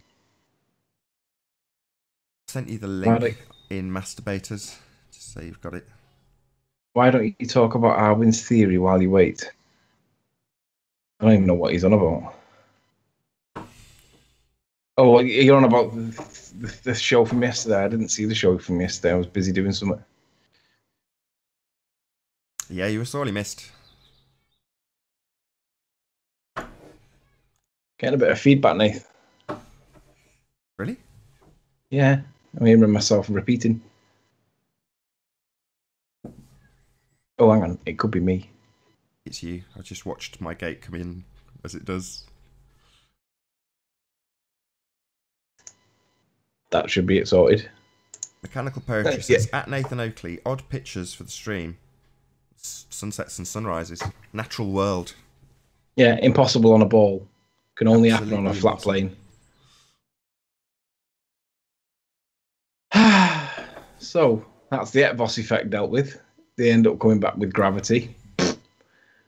So rotation, Eotvos effect debunked. Gravity, generally debunked. Surprised he didn't come back with Cavendish. Curvature, no evidence of curvature. Oh, that's what I wanted to say. You know, when, who was it? It was Ruhif, when he brought the boats evidence the other day. And he said, look how far away the one is in the background and it's dropped behind the curve of the Earth. Was there at any point in that whole hangout, was there any reference whatsoever to refraction? No, I don't think there was. Isn't it funny that when they find something that fits their narrative, refraction is obsolete? But when it doesn't fit their observation, refraction is the absolute pinnacle of their argument. You can bend light any way you want when it doesn't support their model, but when it does support their model, they're very, very quiet about refraction. Wonder why that is. A bit like the word negligible. When they want negligible to be negligible, they say, well, the rotation of the Earth is so slow, it's negligible, Riley. Yeah, when the refraction of light is... But when we argue the refraction of light's negligible, it becomes distorted out of all nonsense. It becomes negligible, can be anything they want it to be.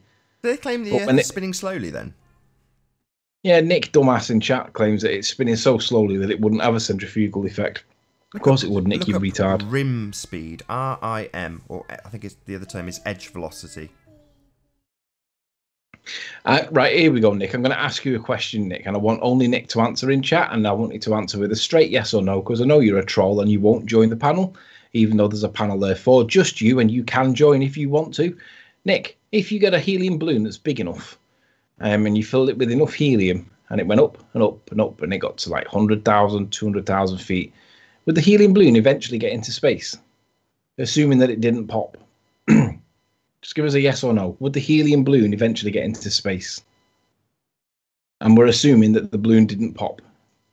Theoretically speaking, would it eventually end up in space? So we'll just wait for him to give us a yes or a no answer. Hopefully it'll be within the next 10 seconds or so. Probably not even going to respond because he knows it's a gotcha. Have you jumped into the hangout? Otherwise, no, should I? If you can jump in the hangout, just in the back chat, just in case, because we'll just get Haunted House in first guest, and then I'll be in the same boat again now I've done it all. Right, okay, so I'll drop from this. Let me get in there first then, okay? Are you going to go actually in? You don't have to. You can stay on Skype if you want to. No, I'll drop. Okay, fine. If you go in the hangout, we'll both battle the trolls together. Okay, but just let me get in there before you put the link out. Yeah. I'll just hang up this call and then see you in a second.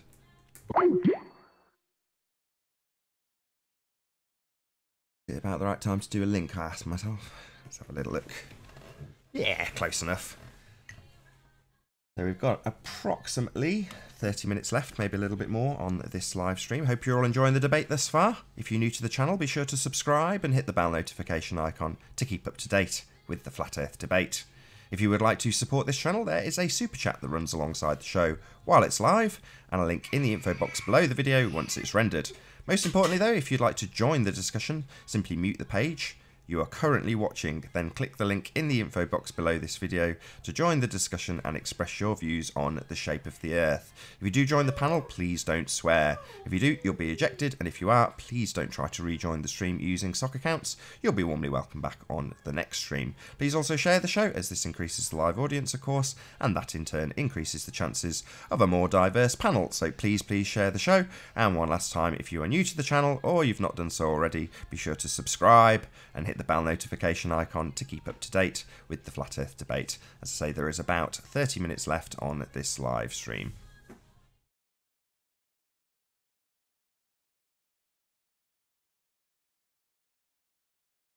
Right, let's stick the link out so people can actually click the link in the info box below this video. Empty at the moment. There we go. Right, let's get my fast mouse out. Right, you buggers. I'm gonna have you. Or on the other hand, we might actually get a reasonable guest. You just don't know. You're on mute, Anthony. Have you already been kicked while I did my link? Let's see. See if he drops in 10 seconds. Oh no, I'm still here. Haunted House 2, do you want to join the back chat? Just so we can snipe you. Yeah. So Nick says, Sleeping Warrior, I'm making breakfast right now, but if you genuinely think you're right about the centrifugal force thing, reply to my soon-to-be posted utter debunking of your claim. Nick, just watch the video that I posted. It shows that the centrifugal force displaces the heavier items away from the center. So if we did live in a centrifuge like that, because the Earth's spinning. There we go. Haunted House 2. Bye-bye. Thank you, Haunted House 2. Come again. Nick, you're going to have to debunk the science that was presented, the evidence that was presented that showed the effects of a centrifuge on objects. It displaces the objects of greater mass away from the center point. It makes the objects of lighter mass come towards the center point, and in the example of the Earth, that would mean that we would have the densest layer of air not on the surface. It was really quite clear. I made it quite clear. So bring the evidence that shows that in some way that's wrong. Don't care what nonsense you're going to put on a paper. I want to see what proof you can provide. And of course, we all know that you have none. We've got Chris Monk in the chat at the moment. Hope it is the real Chris. I'm pretty sure by his comments that it is. But he pointed out that if objects of mass attract one another, then surely you'd have all of the very light air attracted to the base of mountains. It would all pool around the most dense thing that there is in the local vicinity. Yeah, obviously, and that would then have to try and displace the objects that are already there, the denser objects. It just wouldn't work. It's nonsense. If we lived in a centrifuge, that test tube thing proves that we would get all the objects of greater mass away from the surface of the Earth because they would be displaced by virtue of that centrifuge. If you don't understand it, or you think that Nick's right, then be the believer that you want to be. However, if you're empirical by nature and you believe evidence over rhetoric or nonsense, then the evidence proves that the Earth cannot be spinning, because if it was, we would not have the densest layer of air sat on the horizon. In the interest of balance, just because Ruhif did assert this point, you can just accept the spinning ball religion if you want to. Yeah, you can. You're going to be a moron. You can believe that. Nothing's stopping you from being a moron. The world does need morons because it makes people like me feel a lot more valuable. So we need people like Nick. They're the yang to our yin, aren't they? Yes. I'm quite happy with them claiming this psychological, intelligence-based victory nonsense against me. Because I look at the world that I see and I just see it's not got curve to it. I look at the evidence to support the idea that there's curve to it, and I realize that it's all fictitious. It comes from NASA or equivalent. When you see this evidence, it makes you look at it and think, is this a cartoon we're living in, or is it a real world? Obviously, it's meant to be the real world, yet it appears to be a cartoon. So today we're going to have to come up with a title that's something to do with the dogmatic assertions about gravity. Yesterday it was the dogmatic assertions of Earth curve. Well, today's title should be Eotvos claim debunked. Catchy. No, don't put G in it. Just put Eotvos. Wolfie Eotvos claim debunked. That's what I didn't it should say be big called. G, I said catchy. Oh, catchy. I thought you said little G. No. Hello, Arav. Is that really you? It's too early for Arav to be here. Yeah, it is. Yeah, you've got to be a bit more creative with your troll accounts. Or why not just come and say hello? Shout out to Chris MCM. He hasn't made his presence known today, but I'm sure he's lurking.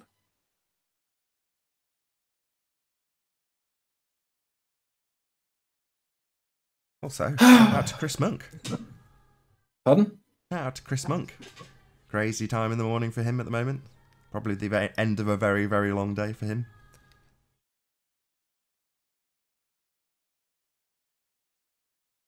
Mr. Grimvy, none of you will debate you live on air. That's because you porn bombed somebody and you got banned permanently because of it.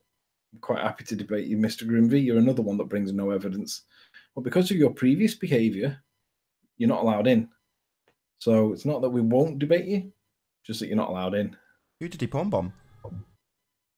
Well, he was responsible for the porn bombing on your channel. I don't know that. He admitted it. Oh, did he? Yeah. Oh, I didn't know that. Never porn bombed anyone in his life. Yeah. You're an idiot, Grimvy. I know Grimvy was in and around about the time when me and Nathan had the chat about obfuscating points, because he was used as one of the examples where if the baller's toes are held to the fire, somebody would pipe up and start doing things like bobbity bobbity bobbity bobbity bob. And that was kind of like the nails in the coffin for me. I realized that, yeah, they do this. When they're getting cornered, they will obfuscate the point to death. So me and Nathan had the chat, and we decided that we weren't going to do that anymore. We were going to challenge these ball-tards, because they're influencing people with their religion, making them believe stuff that's not true.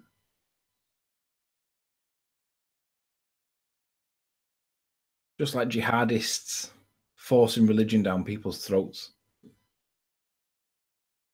Yeah, IPS summed it up yesterday on his live stream. He said, you can have whatever religion you like, you can believe whatever you like, and I think he was talking about worshipping false idols, so it wasn't necessarily directed at heliocentrists or Christians. It was in relation to Sophia, and saying that lots of people are sending her love letters and all this kind of stuff, and it's because they're indoctrinated in a different way to worship false idols.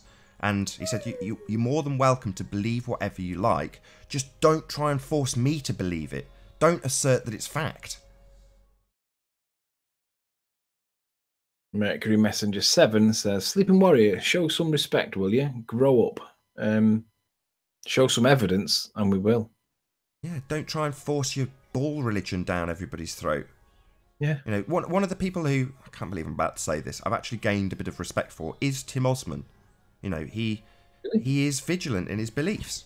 So he's not going to just doggedly assert that he knows this stuff as fact. And Anthony even tried to have him on this the other day, and I laughed, because I know Tim Osman well enough to know his rhetoric. And you won't have him on that. He's at least honest in that regard. Yeah, he bandies words, and he's tricky with his words, and he's slippery, and he contradicts himself, and all those things when he's just trolling. But he's a troll, so that's to be expected. But when you really do try and pin him to the wall on these things, he just asserts that it's a belief. He accepts that. It's a belief. So with me, that's cool, so long as you accept it. It's when you start saying things like, you can just accept this. Well, no, I don't have to accept anything at all ever. When we're asking for proof of something, it's annoying. But on the other hand, Tim Osman has done more damage in being a troll than pretty much anybody else in the... I'll qualify my statement by saying, in this specific example, when we're talking about beliefs. So, yeah, I'm not condoning anything Tim Osman does. Him and I have gone toe-to-toe for a significant period of time and reached the point that we realised we're both prepared to sink pretty low with each other, and then just said, right, let's just stop. We didn't say it to each other, but it was kind of just, you know, just accepted. And there's, I don't want to call it a truce, but ultimately speaking, we don't do that to each other anymore. We could sink low again. I don't think we ever will.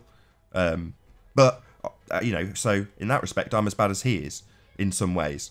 But that's not what I'm talking about here. I'm talking about specifically his version of his account of his belief, which he admits to. And that specific single detail I have a little bit of respect for. Well, my interpretation of that same event is that when you go to the toilet for a dump, and you turn around and you spot the sweet corn kernel in your poo. Do we have to? Yeah, because that little element of nugget of yellowness that you see that's pretty, that's what you're actually looking at. The rest of it's just shit. You could just say, you know, you're just looking at a rose in a pile of turds. I mean, that's almost as gross, but not quite. One rose doesn't make it not a pile of turds or something like that. Anyway, let's not. This is a horrible analogy. I prefer to call them a sweet corn kernel. No, let's just stop this analogy right there. I don't like it anymore, please. Deal enough with poo with a baby here. He has got girly ankles, though. For a guy of his age, you'd expect him to have a bit of meat on them ankles. He's got more feminine ankles than most women have. Right, let's not ad hom Tim. He's not even here. Yeah, who cares? He does nothing but attack me all the time. Well, not anyway, me, but let's get on to a different subject, which Tim has commented on. So yesterday's show was all about the presumed curvature of football fields, and the immediate assumption and assertion by the ballers was that you have this drainage that goes and causes you to have 3 foot of relief blocking your view of something in the distance. Now, anybody who's actually looked at a football field will just laugh at that. However, they did cite Nick cited plenty of things about football fields that had drainage incorporated. Not that every football field has this, but this is the assertion and assumption by the Globers. There is definitely a way of there being curve there. So it's curve. These people, again, this is another IPS reference. They're curverts. That's what they are. They see curve where there is none there. But ultimately speaking, they went and got a load of references to show how drainage worked. And they all detailed the same thing, which is the drainage runs longitudinally along the length of the field between the goalposts. So the drainage goes to the sidelines. Not that I hadn't looked this up before I posted it. Obviously, I'd had a good look at what their debunking might well be. So yeah, it was laughable. They gave us all the great references for proving that the direction of travel that the guy walked along would be along the crown if it had drainage. If these guys want to assert immediately that it has, with no proof or evidence, just because there could be drainage. They just didn't quite figure out that it goes to the sidelines, which I thought was brilliant. Well, me and Nathan had a discussion yesterday, and I said, like, before he went public with what he said yesterday, we had a conversation, and I said, well, if I go a football match, because I've been to Anfield a few times, if I stand at the side of the pitch, the pitch is above me. There is like a gully all the way around, which is for drainage. Correct. But if I stand at the side of the pitch, I have to look up and over a crest in the pitch. Now it's difficult to judge how big the crest is because I'm below the surface of the pitch anyway because of the gully. But I said to Nathan, be careful though, because it does. If you go to football, you do see a crown in the pitch. There is one. But where were you when you stood there? But if there is one, it runs longitudinally between the goalposts. That's right. And I said, well, I was at the side, and he said, yeah, but it runs longitudinally between the goalposts. Now I've never stood behind the goal and looked and got the same perception, but from the side, you definitely do get the perception that there is a crown in the middle. How big that crown is really difficult to judge because they said to me, is it how much? And I said, I really don't know. And we ended up ringing football clubs. We rang Anfield to speak to the head groundsman. He wasn't in. But nonetheless, we rang to ask, what is the crown, if there is a crown? Because if you think about it, in modern football... Pardon? In a lot of modern pitches, they don't have one. That's why we picked specifically Anfield and the other one that, again, because I've been there and I know, is Birmingham, because we both think there is a crown in those pitches. But a lot of modern pitches don't. They just have drainage systems. So they just drain down to pipes and then that funnels it away. So the relief is in the pipe, not in the pitch. But on old-fashioned pitches that were professional, we're not talking about high school pitches here, but in a decent pitch, they would put a crown in because it's being used for professional purposes. So it's worth the extra expense when they build it because you have to plan it in advance to do this. But they basically put the length of the pitch from between the goalposts slightly higher so that it drains to the sidelines. But this guy in the picture, it's not relevant to these guys whether or not they've actually gone and checked whether or not there's any relief there at all. They just assert it. oh, there could be curve, so it's curve. There's an obstruction, right? Well, it's got to be curve. Well, I look it up and it says there's relief. So therefore, it's relief causing this guy to be obscured from the bottom up. No, guys, no. If there's going to be any relief, right, because it's a really top quality pitch, not some high school on a field, right? But if it's a top quality pitch, then it will run between the goal lines, like the guy was walking between the goal lines. But yeah, none of these guys are going to go out and actually measure it before they assert that it is actually the relief caused by the crown.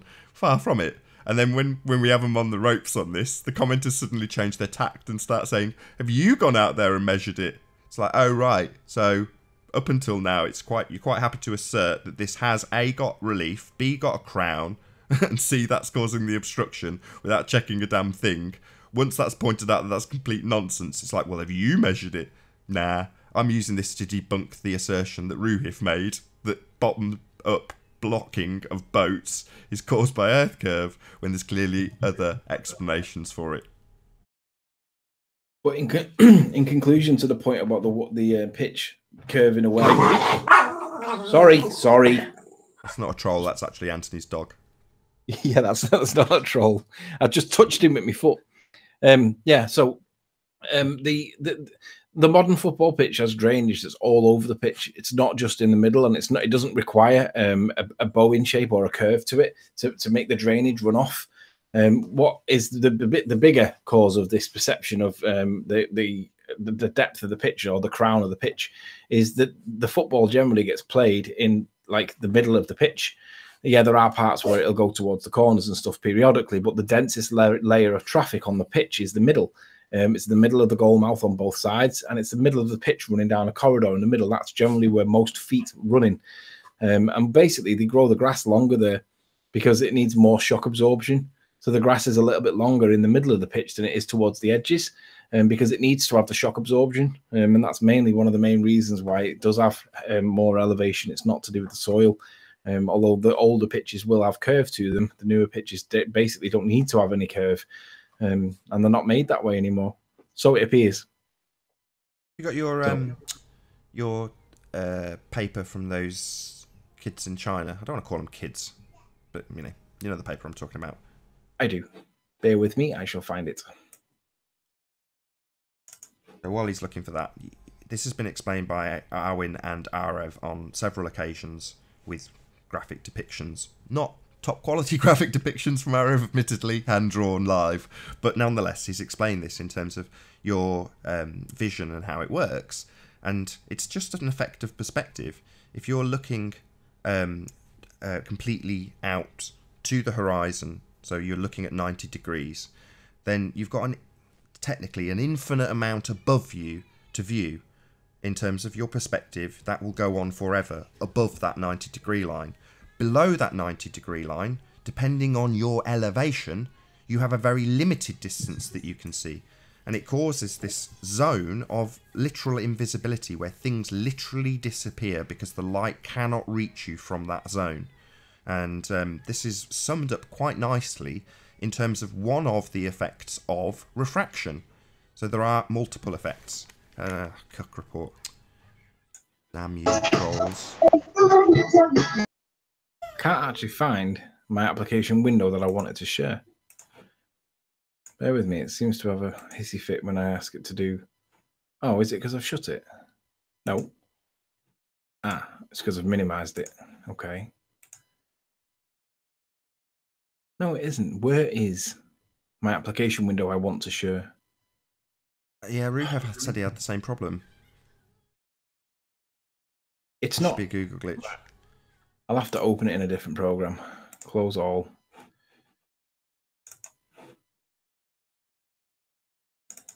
So this is the paper that was essentially removed from MIT's archives after it was discussed. So this was pulled from MIT. It's not an MIT paper. Let's get that clear. However, it was referenced on the MIT website and then later removed. And can I also remind people who it was that was challenged to remove it? It was M. Scott Veach. M. Scott Veach had brought this up, or I brought it up against him. And I said, listen, if you don't like this, make a complaint to them and see if they remove it. And literally the next day, one of them was gone. And then the second day, the other one was gone. And I was absolutely gobsmacked. Thankfully, I had copies of them, and I will cite them at all times. However, M. Scott Veitch was the one that was directly responsible for removing these papers. No. Correlation is not causation. Guilty by correlation is what I'm citing. No. And I'm happy to stand by that. No. Yeah, I am. I'm happy to stand by guilty by correlation. He was challenged to do it, and it went missing the next day. And I don't put that down to coincidence. There's no such thing as a coincidence on flat Earth. Right. Especially when it comes to in a court evidence. case, you've got a man who's in a pub and he's with his mate, and his mate, they're arguing about this guy that they hate. And the one guy says, well, just go and kill him then. The following day, the guy is actually murdered. So you're telling me the guy in the pub is guilty because he was challenged to go and murder another man? Of course not. I'm saying that there are no coincidences on flat Earth. That may well be the case, but let's be honest, when we're demanding proof of a very high standard, correlation cannot be taken as causation. In this instance, it's just a coincidence. Right. Anyway, shout out to M. Scott Veitch. Your daddy lied to you, mate, by the way. Go on, say it, Nathan. His dad did lie to him. His dad told him he went to space. He came on the show and told us exactly how he was lied to by both his father and all of his father's associates. So, yeah, his dad did lie to him, to his face, and did his mates. They probably had a good chuckle about it afterwards too. Nudge, nudge, wink, wink. Right, so it's got it on screen, Nick, if you want to share. You make it a bit higher. It's just off the screen for the audience. What do you mean, make it a bit higher? There you go, that's it. Just scroll down so it's on screen for them. That's perfect. I'll tell you what we'll do in this context, right? We'll do it from Ruhif's point, because Ruhif always says, yeah, but what's it referencing at 9.1, Anthony? And I sounded a bit like Paul Thingy there, but I didn't mean to. So at 9.1, or at 9, we're talking about inferior mirage. Excuse me, nobody disputes the inferior mirage. Here at 9.1, we have a typical inferior mirage. And here at 9.2, we have a reflection-only inferior mirage. However, at 9.3, every object, there is an area that the light cannot reach. This area is called the vanishing zone, shaded in grey. When the observer is located inside the vanishing zone, the object will be invisible to the observer. When the observer is located in the vanishing zone, the object will be invisible to the observer. That's the wrong word there, isn't it? Shouldn't that be the object? When the object is located inside the vanishing zone, the object will be invisible to the observer as no light ray can reach the observer. We find the vanishing zone in our program as well. So basically, whatever you're looking at, if it goes beyond the limits of our atmosphere in terms of the way light works, it will vanish. It's that simple. So, presumably this paper has got references to Earth curve in it, though, no? Let's have a find out. No, there is no word curvature in this paper. I see curve in front of me. However, we only want to find the curve corresponding to the stationary time. Yeah, there's 4 references to the word curve. 2 of them are in that footnote. 3 of them are in that footnote. And the 4th one, for each unique curve of path light, is obtained the difference between the position of the observer. I don't know what the context of this curve of light is because I've never seen light curve. However, there is no curvature on reference to the Earth. They contextualise it. They say relative to the observer. Say again. Relative to the observer. I am happy always to accept that relative to the observer, light appears to curve. It doesn't. That's an impossibility. Light can be refracted. It can be refracted more than once, but it cannot curve. Correct. Light travels in straight lines according to their model at the minute. This is the high school paper that everybody loves. That everybody loves, do they? Yeah. We love it. Bit like that word negligible. Everybody loves that word as well. Supposed to be a really good school, so we've been told. This isn't like just some high school. It's the way it was phrased by, I think it was Geostreet, but it was like, it's just some high school. It's like, you remember who it was that told us about this school? I don't. It was Adam. Oh, yes, it was. So Iron Realm Media, big shout out to the guys at Iron Realm. They run a show on Friday night, tune in live. It's about 10, 11 p.m. UK time. Very good show. well researched. They do a lot of prep, unlike me, to actually get a show together. So yeah, well worth tuning into Iron Realm Media. But Adam, yeah, he was the one that told us exactly that. So he's a chemist by trade, but he is, you know, well versed in reading these papers. I mean, someone else went through it as well on the Globe side, so we're not just citing Adam because he's a flat earther, but he's. You're forgetting what the connection with Adam was. What was the connection with Adam? Well, he's got a pre-reg, which is like a baby pharmacist that's training to be a pharmacist. He has a pre-reg working with him that is from this neck of the woods that knows this school and says that it is one of the highest reputed schools in the country. Oh yes, I do remember now. It started off with them talking about how he was having the language barrier, and then we moved on to this paper. Yeah, and he said that. So this is a well-known school in the area, very high repute. But also, Adam said that when they come to him, although they struggle with the language, mathematically speaking and physics speaking, they are way ahead of the third world, the modern world, or the first world, modern world. The math-wise, physics-wise, science-wise, they're way ahead of it. She can calculate stuff in her head that he has to remember how even to do it. And that's probably because he's old, but it's probably also the case that they're fresh out of university and they have a different level of understanding than what the Western world does. And in this case, probably absolutely, most definitely better than what Nick does. But in any event, she knew this school and she knew it personally, and she knew that it is a credible school and it's one of the highest prestige schools in the country.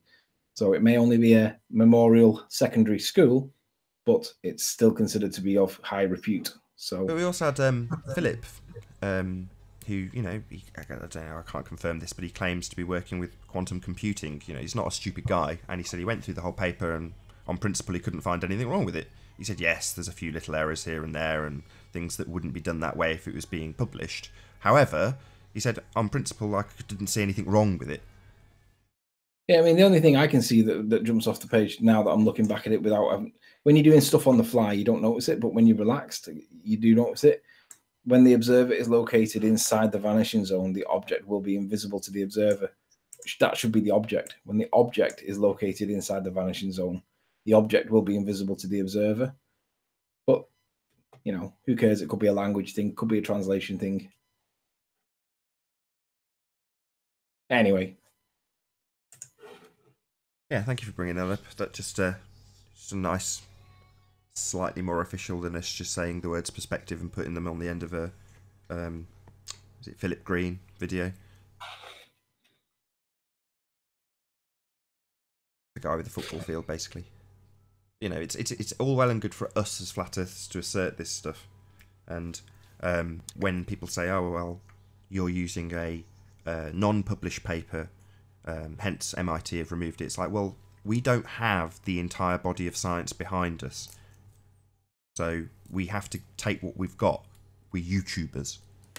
Yeah, and at the end of the day, there is no science for a flat Earth, so it doesn't really matter whether it's whatever. Who cares what the context is? If we find somewhere that doesn't support the official narrative by their own, there is no science for a flat Earth, so it means it's their own model is against itself in some way. So yes, it's not even us. It's like when we start using the scientific method to pick apart their evidence. Well, the scientific method isn't a flat earther related thing. You know, apparently the whole body of science being the study of a natural world, is behind this idea. And there's no proof from science to prove we live on a spinning ball. So when we apply that yardstick to you, it's because you have asserted it, ballers being you have asserted it for 2,000 years. And you've got the whole body of science behind you. For me, at this point in the debate, in terms of, I mean, I realise that there's no debate. I realise that there is no curve, there is no rotation, there is no gravity. You lot all think that there is, and that's why there's a debate. But for me, the debate's long since over. I come because I enjoy it. For me, it's mental stimulation, if you want for a better phrase. But for me, the most pertinent question right now in flat Earth is, how do you distinguish fact from fiction? What is the thing that tells you that something's fact compared to something that tells you it's fiction? It's acceptance. Ruhif said it. We don't, you know, great, snip it out if you want, because he said it. It doesn't matter whether or not people pick up on it. I picked up on it. You can just accept this. Why can't you just accept this? Let's just take it as read that. Well, no. Prove it. Yeah, because ultimately, I mean, I always, in my mind, I can't not come back to the Santa Claus argument. We all know that Father Christmas is a fictitious character, but what makes him fictitious? There was a time we all believed that he was real. What made him real? Well, we saw him in shopping malls all over the world, didn't realize it was a different one. We thought he was there just for us, not realizing the scale of the size of the earth. But when we were kids, we all thought Father Christmas was real. You can get evidence on CCTV in people's houses that shows that Father Christmas will put presents under trees. The dog doesn't even attack him. So it's like, well, we know that Father Christmas is real to some degree, but what makes it fictional? And the same thing can apply to the spherical nature of the earth. What makes the spherical nature of the earth fact over fiction? And fundamentally, that's the question that all adults that are in the discussion have to come to the point at. Is what you're looking at, is what you believe to be true, is what you are presented as truth, fact, or is it actually fiction? And if you choose to believe the fiction, that's fine. But most of us are beginning to realize that it's nonsensical. It's ISS stuff's all nonsense. There is no space up there the way we're told. It is ridiculous. And with that, I think I'm going to end the show. First and foremost, a huge, massive, enormous thank you to all of the live audience for tuning in and hopefully sharing this debate. And of course, a massive thank you to all of the debating panel for making this debate possible. If you've not done so already, be sure to like, comment, share and subscribe. I've been Nathan Oakley and I will see you all in the next video. Oh, what a day! What a lovely day!